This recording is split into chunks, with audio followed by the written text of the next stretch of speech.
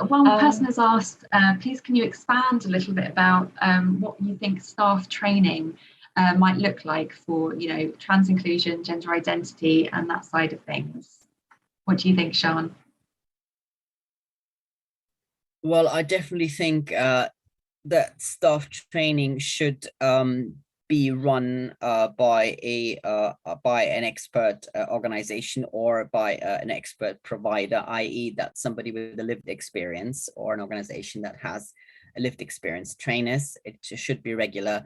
What it should include is similar to what I did with you. It should be about the nitty-gritty of things, about policies and all the rest of it. But I think importantly, it is really about human interaction, and that should be part of training as well. I think from the training that I deliver, I've seen that people feel very insecure about how to talk to, for example, trans people, or how to actually talk about non-binary people, how to use even the they pronoun correctly. And little things that actually really make a huge difference.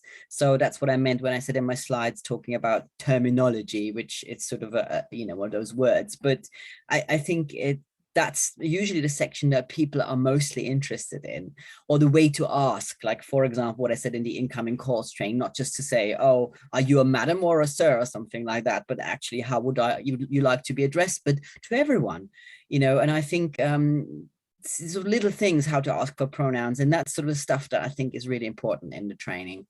But there's much to say. Maybe my colleagues have other things to add, but yeah.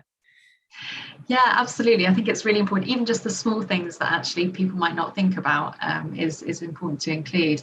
And I suppose for LGBTQ plus inclusion and training in general as well, I appreciate, Paul, you've done so much with the Allies scheme and creating kind of a safe space for people to talk. How have you gone about that? Is there anything that you would suggest to attendees? So I think things like creating a confidential mailing list is really helpful, and then allies knowing that they can reach out to each other, but also that peer support element I think is really helpful. And for people to know that they can contact a member of the network group, and then people can be matched. If somebody's having a particular issue that they want to overcome, then we'll put a general call out, and we'll be able to say, to our membership, both allies and the LGBT network, is there someone that has experience of this? Is there someone that can help or just guide someone?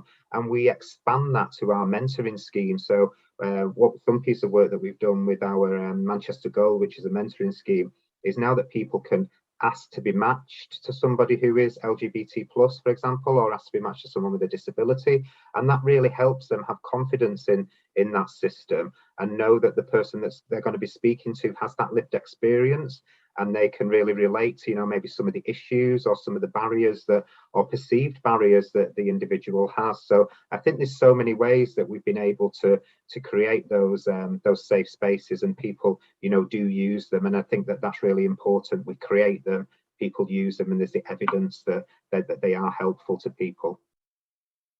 I think that's a really important factor as well, looking at the individual experience and again, going back to intersectionality and looking at, people have different unique experiences within the LGBTQ plus community, and being able to match people with those is a really good idea.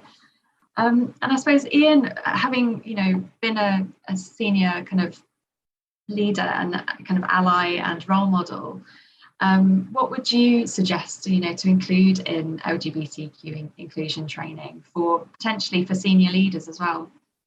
Yeah, I entirely endorse what Sian said earlier about that lived experience point, and I think a lot of straight people, a lot of allies, really welcome the opportunity to learn directly by having that opportunity to meet people directly with lived experience, and that is very much my experience from having observed really good, rich discussion led by members of the LGBT community coming into a corporate environment.